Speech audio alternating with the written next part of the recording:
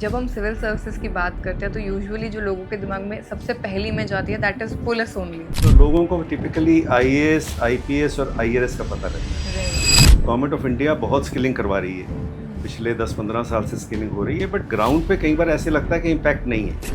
It gave you lot of independence, but somehow I thought that the impact on the people is not that.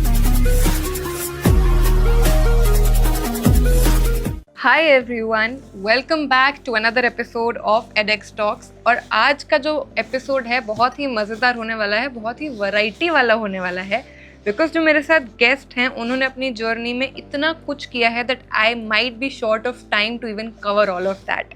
I have with me CPS Bakshi ji. Thank you so much sir, you have taken out the time for coming on this podcast. Thank you so much for inviting me over.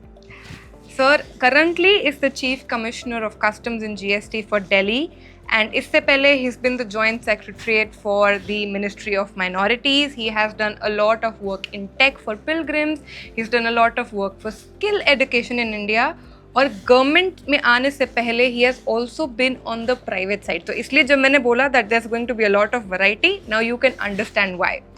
इस video में हम sir की journey के बारे में बात करेंगे, current skills के बारे में बात करेंगे, माइनॉरिटीज़ के बारे में बात करेंगे, बहुत सारे ऐसे टॉपिक्स जो हमारे यूथ के लिए आर वेरी वेरी इंपॉर्टेंट।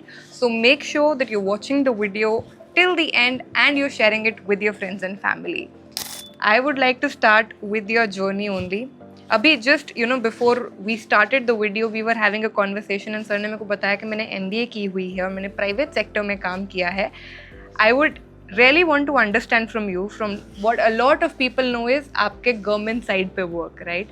वो प्राइवेट सेक्टर वाला पार्ट शायद बहुत लोगों को नहीं पता। So if you can share a bit about that journey, और ऐसा क्या हुआ कि आप वहाँ से गवर्नमेंट साइड पे ट्रांजिट किए? So thank you once again for inviting me over. Yes, this has been a long journey. I did my MBA in 1988, passed out in 88 from Punjab University. For 1 year, I was in Ranbaxy Laboratories in HR. So I did my MBA in HR, and after 1 year in private sector, I felt that the canvas needs to be wider. One needs to do a little more, and in private sector, you can't really. It's a good job. It's a cushy job, but you can't really reach out to too many people. So on the basis of that, I started preparing. I wanted to prepare for civil services. Okay. And for that, I joined ONGC. Okay. So I worked in ONGC. Along with that, I studied and cleared my civil services. Got into IRS, and I am 92 batch of IRS. So that's how it all went about. Okay. So it was majorly जो government side पे ना था, it was for impact, reaching out to larger number of people. Yeah, basically I thought that you will have a larger canvas on which you can affect much more people, you can help more people. Okay. It gave me in ONGC and in private sector, the job was very good. It gave you a lot of independence, but somehow I thought that the impact on the people is not there. So I wanted to, basically the idea in joining government was that I can make a bigger impact. Right. Got it. Start करते हैं sir आपकी journey के साथ, but before I even go into the professional aspect of it कि आप कैसे अपनी career के टुवर्ड्स आए एंड देन गवर्नमेंट में आए, I would want to start from the very beginning, from the childhood. As a kid, was there any particular aspiration जो आपकी रही, जिसने आपकी थ्रू आउट लाइफ गाइड किया? बिकॉज सम पीपल के केस में वो होता है, एंड कई बार ये होता है कि बस हम फन करना चाहते होते हैं और लाइफ बाय चांस हमारा पाथ फिक्स कर देती है, but how is that for you? Yes, this is exactly what happened. So I did my bachelor's in geography and economics. Okay. So जब मैं छोटा था, BA के बाद, BA ऑनर्स के बाद मैं चाहता था कि मैं ज्योग्राफी का टीचर बनूं। Oh, okay. But then I suddenly, मेरे को ये लगा कि भी नहीं, ज्योग्राफी बड़ा एक नीश एरिया हो जाएगा। सो मैंने पंजाब यूनिवर्सिटी में लॉ ज्वाइन किया ओके। 1 साल लॉ ज्वाइन किया तो पता चला कि भाई नहीं, एक और बड़ी अच्छी बगल में ही एक कोर्स है जिसको MBA बोलते हैं। सो आई एम टॉकिंग ऑफ 1988, जब MBA was not what it is now. Right. So just 5-6 universities और कॉलेजेस उस टाइम MBA करवाते होते थे। तो मैंने MBA किया, MBA HR में किया। MBA किया, उसके बाद फिर जब मैं MBA में था तो बहुत सारे बच्चों को देखा कि भाई वो सिविल सर्विसेज दे रहे हैं। एंड तो उस टाइम मेरे को, जैसे आपने बोला कि भाई वो जस्ट ज़िंदगी जैसे जैसे लेती गई वैसे वैसे आगे बढ़ते गए। कोई ऐसे ये नहीं था कि पर्पस है लाइफ में या कुछ, जैसे मोस्ट किड्स बच्चों का आजकल होता है। आपने जैसे बताया आपने MBA किया एंड आई नो कि आपने थोड़ा सा प्राइवेट कंपनीज को भी सर्व किया। हाउ डिड यू ट्रांजिट वहाँ से to the government side of it? Like was it only कि बच्चे सिविल सर्विसेज कर रहे हैं and you did it and then you felt कि मेरे को जाना है, और was it a little bit passion aligned कि मेरे को यहाँ का काम पसंद आ रहा है? सो प्राइवेट सेक्टर में आपको इंडिपेंडेंस बहुत मिलती है, बट प्राइवेट सेक्टर में आपका रोल बड़ा सीमित रह जाता है। तो आप फॉर एग्जांपल अगर आप HR का काम कर रही हैं सिविल रनबैक्सी में, तो आप बेसिकली HR की पॉलिसी बनाएंगे एंड ज़्यादा आपका रोल वाइड नहीं है, बस आपका बहुत सीमित रोल है। मेरे को शुरू से चाह थी कि मैं थोड़ा अपना सोसाइटी के लिए, लोगों के लिए कुछ कर पाऊँ। ओके। तो उसके लिए मैंने सिविल सर्विसेज की तैयारी करनी शुरू की, और उसके लिए मैंने ONGC ज्वाइन किया। 3 साल मैंने ONGC में काम किया। ONGC में भी वही था। ONGC में मेरा काम अगेन HR में था। बड़ा सीमित काम था, अच्छा काम था बट सीमित था। उस टाइम भी यही था कि थोड़ा सा ज़्यादा लोगों के लिए कुछ किया जाए जिससे कि इम्पैक्ट आए, आप लोगों की ज़िंदगी चेंज कर सकें। तो हमेशा से वो ख्वाहिश थी कि थोड़ा सा इम्पैक्ट क्रिएट करने की आपको कोई ऐसी जॉब हो जिससे आप ये कर पाएँ। तो सिविल सर्विसेज उसके लिए इससे बढ़िया कोई और आपके करियर नहीं है। It gives you an opportunity, it gives you a canvas on which you can really paint what you want to paint. It's a big canvas. आप बहुत ज़्यादा इम्पैक्ट क्रिएट कर सकते हो। तो बेसिकली मेरे को, आज मैं ऑलमोस्ट अपनी रिटायरमेंट के पास हूँ, तो मेरे को बहुत अच्छा लगता है कि मेरे बड़ा अच्छा डिसीजन था कि मैंने गवर्नमेंट ज्वाइन की, और मेरे को गवर्नमेंट ने और जॉब ने बहुत अपॉर्चुनिटी दी, बहुत कुछ काम करने के लिए। वाओ।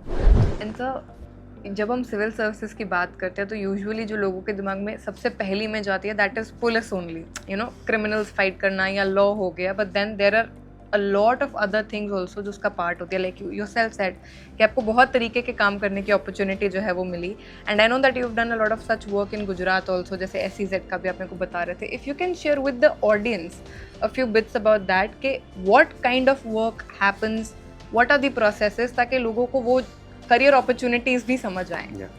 सो गवर्नमेंट में जब आप सिविल सर्विसेज, आप ग्रुप A सर्विसेज की बात करते हो, तो लोगों को टिपिकली IAS, IPS और IRS का पता रहता है। राइट। सो IAS में आप बेसिकली आप एडमिनिस्ट्रेशन देखते हो भारत सरकार की, स्टेट गवर्नमेंट्स की, एंड पुलिस में नेचुरली आप पुलिसिंग का काम देखते हो।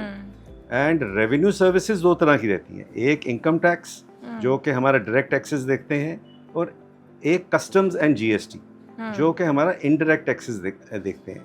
तो बिटवीन कस्टम्स, GST और income tax, almost 90% of the total taxation of the government of India comes from these two these two services. So this is ये काम है सारा टैक्स कलेक्ट करने का, direct taxes and indirect taxes. Okay. So customs में, since I am from customs and GST, तो customs में 2 तरह के काम रहते हैं एज सो उस सर्विस को बोलते हैं IRS, customs and indirect taxes. So उसमें बेसिकली एक तो आपको एंटी स्मगलिंग का आपने बड़ा देखा होगा, मूवी भी एक आई अभी, एक सीरियल भी आया था जिसमें इमरान हाशमी थे। उसने कस्टम्स का काफ़ी जो काम था उसके बारे में बताया। एंटी स्मगलिंग का काम रहता है एयरपोर्ट पे drugs, gold, precious metals, sensitive items की स्मगलिंग, एक तो आपका वो काम रहता है, उसको रोकना है। तो मैं गुजरात में था पोस्टेड, तो उधर एक तो काम था कि स्मगलिंग को रोकना है, एंड दूसरा काम था डेवलपमेंटल। सो डेवलपमेंटल काम में, जैसे मेरे टाइम में गुजरात में अपना एग्जांपल देता हूँ, तो अदानी का जो पोर्ट था, जो आज one of the biggest ports है, container ports in India, it's the biggest port in India right now. वो मेरे टाइम अप्रूव हुआ। देन एक आपका गुजरात अंबुजा का पोर्ट अप्रूव हुआ। रिलायंस रिफाइनरी का पहला इंपोर्ट उस टाइम हुआ जब वो रिफाइनरी सेट हुई। सो ऐसे काफ़ी बड़े बड़े, उधर एक गुजरात पीपावाव पोर्ट था। सो पीपावाव पोर्ट में बेसिकली शिप ब्रेकिंग यार्ड है वो सबसे बड़ा। तो उधर जहाँ पे अभी भी काफ़ी बड़ा काम हो रहा है, वो भी हमने उस टाइम अप्रूव किया। तो काफ़ी आपका गवर्नमेंट में स्कोप ऑफ वर्क बहुत वाइड हो जाता है। Got it. And scope of work की बात करते हो सर, आपने स्किलिंग के ऊपर भी काम किया है। आई वुड लाइक कि अगर आप थोड़ा सा उसके बारे में भी शेयर करें, बिकॉज आज की डेट में हम सबसे ज़्यादा अगर हमारे डेमोग्राफिक को देखें वो यंगस्टर्स हैं, और सबसे बड़ा इशू जो हम देखते हैं वो यही है कि यंगस्टर्स फील के जॉब्स नहीं हैं, जबकि एम्प्लॉयर्स कहते हैं कि हमारे पास वर्कफोर्स नहीं है। तो वो स्किल गैप ही है कहीं ना कहीं। तो उसके लिए क्या वर्क हो रहा है, and also what is your perspective on this? हम इस सिचुएशन को इम्प्रूव कैसे कर रहे हैं? So, I agree with you कि with the passage of time, the challenges have increased a lot. Education, खाली एजुकेशन सफिशेंट नहीं है। अब जैसे AI का बड़ी बात हो रही है, तो AI से काफ़ी जो अगर आप खाली आपने लेट्स से एक कोडिंग आपको आती है, आप सॉफ्टवेयर इंजीनियर हैं, तो शायद 2 साल 4 साल बाद आपका काम AI आपसे ज़्यादा बेहतर कर पाए। तो आपको स्किलिंग, आपके पास हाथ में आपके पास स्किल होना चाहिए जो कि AI रिप्लेस नहीं कर सकती है। तो मेरे को मौका मिला during ministry of minority affairs में जॉइंट सेक्रेटरी था।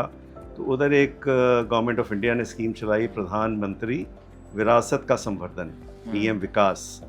तो उसमें अराउंड हमने एक नया कॉन्सेप्ट लेके आए। हमने बोला कि अगर स्किलिंग है, स्किलिंग का मेन प्रॉब्लम क्या है?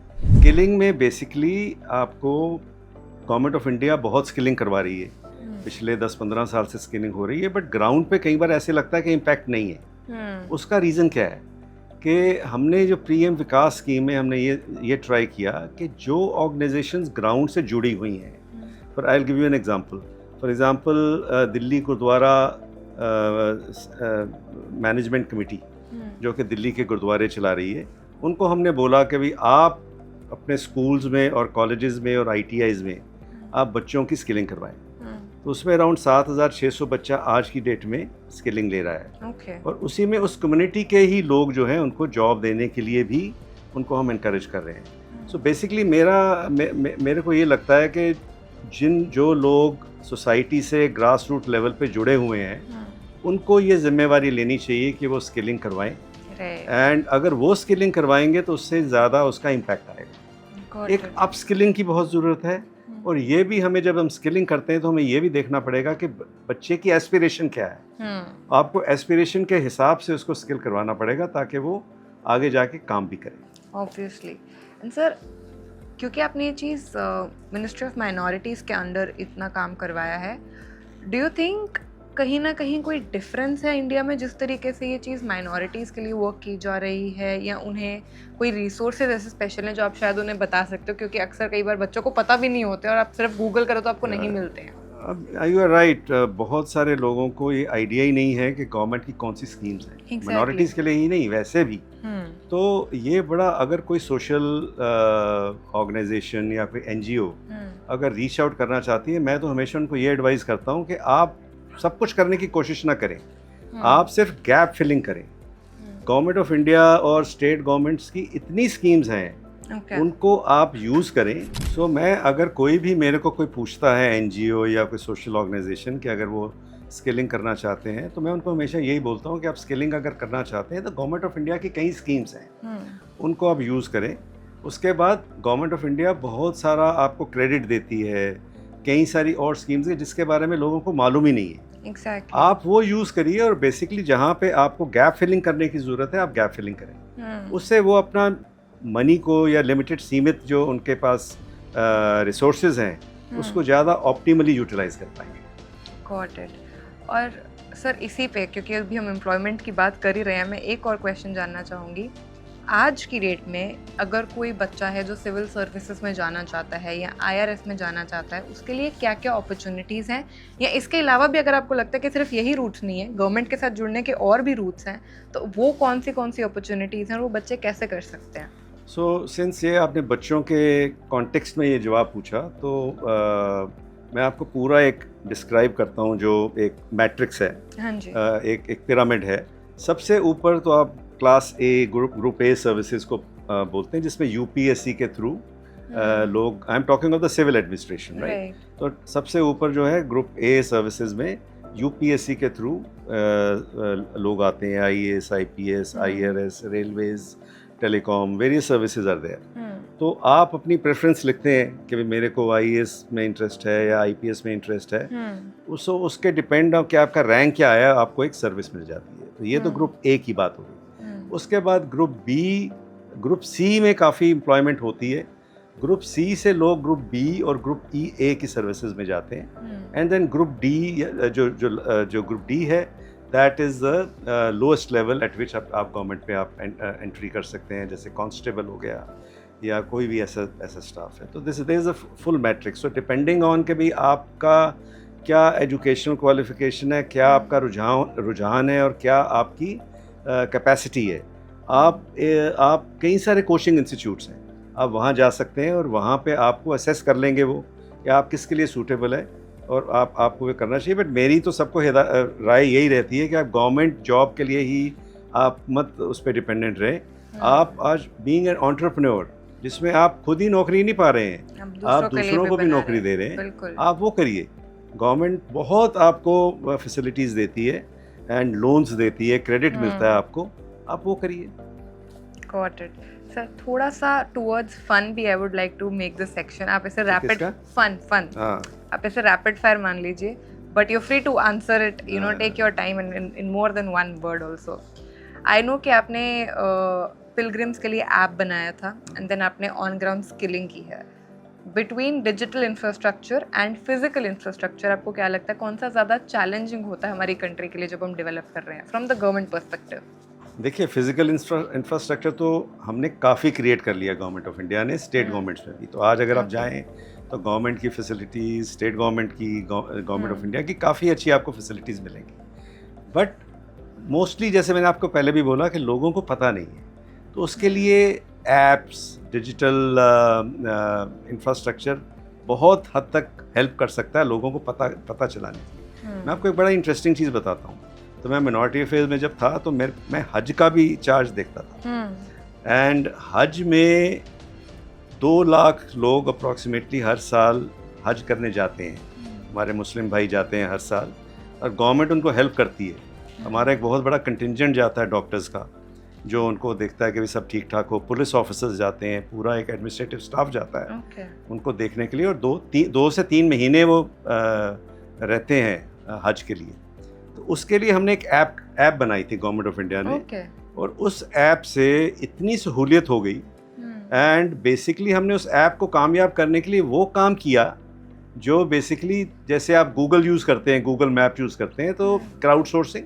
तो आप गूगल इसलिए यूज़ करते हैं बिकॉज आपको उससे फ़ायदा मिलता है। तो हमने उसमें इतने इंटरेस्टिंग फीचर्स डाल दिए कि हर आदमी उसको यूज़ करने लगा और उससे लोग भटकने बंद हो गए। उनकी हज बहुत अच्छी तरह से उनकी होने लग गई। तो like you, so to take your question forward, जैसे आपने बोला कि फिजिकल इंफ्रास्ट्रक्चर है, बट उसको कनेक्ट करने के लिए, उसको ऑप्टिमली यूटिलाइज करने के लिए डिजिटल आपको इंफ्रास्ट्रक्चर या एक आपकी कोर, आपको एक या बैकबोन होनी चाहिए। Got it. And ये वाला one word में करते हैं. If you had to use one word to describe future vision of PM Vikas Yojana. Employment. Okay. And if you had to describe the experience of Ministry of Minorities. Fantastic. Wow. उस पे you can elaborate. उस पे I won't stop because I'm sure आपके पास बहुत सारी stories होंगी जो which you would want to share. You want me to say? Yeah.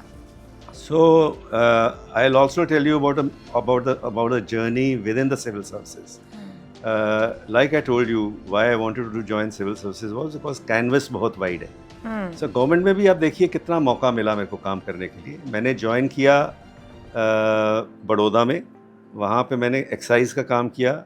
उसके बाद मैंने ज्वाइन किया पोरबंदर में मैंने एंटी स्मगलिंग का काम किया। फिर मैंने DRI में काम किया कांडला में, वहाँ पे एंटी स्मगलिंग का और रेवेन्यू इंटेलिजेंस का काम देखा। उसके बाद दिल्ली में IGI एयरपोर्ट पे मैंने काम किया।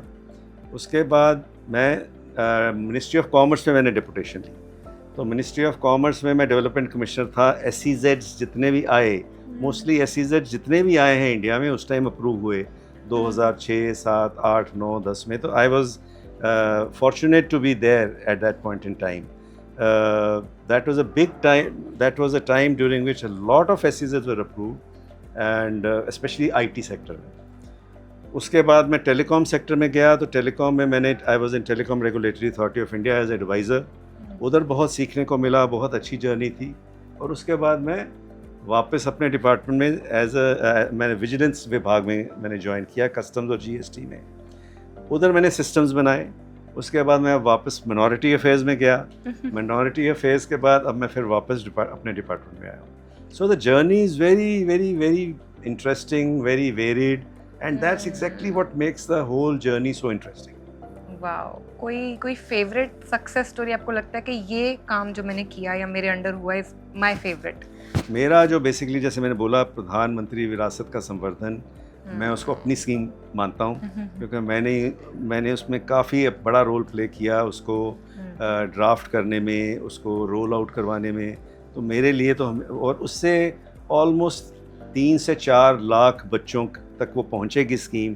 3 से 4 लाख बच्चे पूरे इंडिया के, उनको स्किल मिलेगा, उनको एम्प्लॉयमेंट मिलेगा। तो बहुत आपको अच्छा लगता है, आपको सुकून मिलता है कि जिस पर्पस के लिए हमने सिविल सर्विसेज ज्वाइन की वो हम कर पाए कुछ हद तक। बिल्कुल सर, उसी पे I would want to ask one another question. अभी भी there are lot of schemes and then we have the 2047 का विजन फॉर इंडिया। इवन से बिना सिविल सर्विसेज ज्वाइन किए, what can we the youngsters do to become a part of that vision? And जो हम बात करते हैं that India is the next big economy और the next big thing, actually make it happen. So basically बड़ा commonly बोला जाता है कि इंडिया का एक डेमोग्राफिक डिविडेंड है, राइट? सो इंडिया का सबसे बड़ा एडवांटेज क्या था? एक कि हमारे बहुत पॉपुलेशन है और यंग पॉपुलेशन है। अब ये यंग पॉपुलेशन को एजुकेट करना, एजुकेट होना, स्किल्स पाना, और वो स्किल्स पाना जो अगले 10 साल 20 साल रेलेवेंट हैं, जो कि हमारे देश को आगे प्रोपेल करेंगे, ये बहुत ज़रूरी है। राइट। सो ये मैं हर बच्चे को पढ़ने की ज़रूरत है और वो स्किल्स एक्वायर करने की ज़रूरत है जो हमें लगता है कि भारत को विकसित बना सकते हैं। तो हमारे 2047 का जो विकसित भारत का प्रोग्राम है, उसमें बेसिकली विजन यही है कि अगले 20, 30, 40 साल में क्या भारत कैसा होगा। तो जो भी हम उसका एक व्यू लेके चलते हैं, विजन लेके चलते हैं, उसके लिए जो हमें स्किल्स चाहिए, जो हमारे को एजुकेशन चाहिए, वो हमें खुद एज अगर आप देख रहे हैं एज अ स्टूडेंट, तो आपको वो करना चाहिए। एंड अगर आप कोई संस्था है तो आपको वो वाले स्किल्स करवाने चाहिए। बिल्कुल, thank you so much sir. Before we wrap this video, आप वन मैसेज अगर आपको हमारे व्यूअर्स को देना चाहते हैं, and it could be anything. So my message to everybody is you should dream big. सपने लेना मत छोड़िए, और जो आपने सपने लिए हैं उसकी तरफ आप बढ़िए। Whatever it takes to achieve your dream, please do that.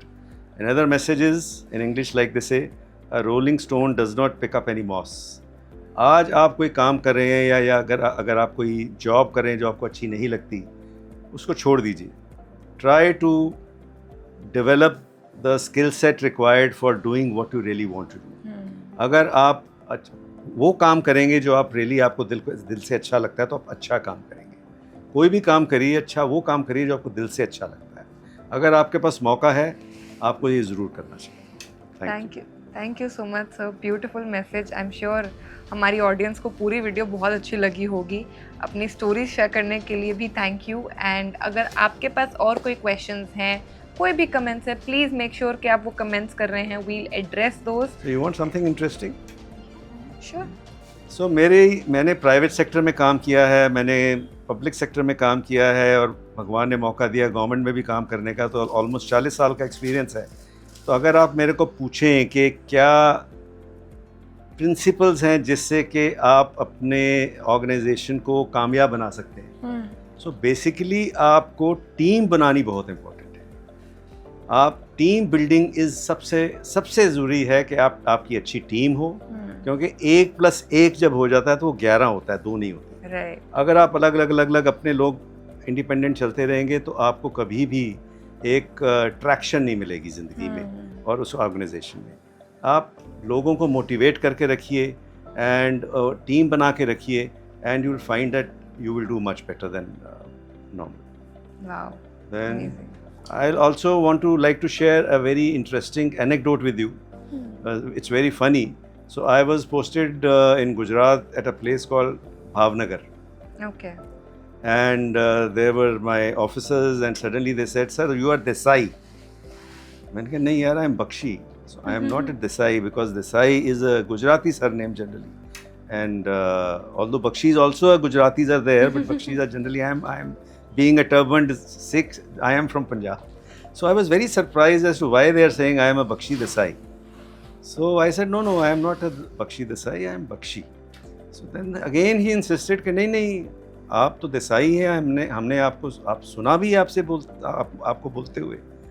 I started wondering कि मैंने कब बोल दिया कि मैं देसाई हूँ।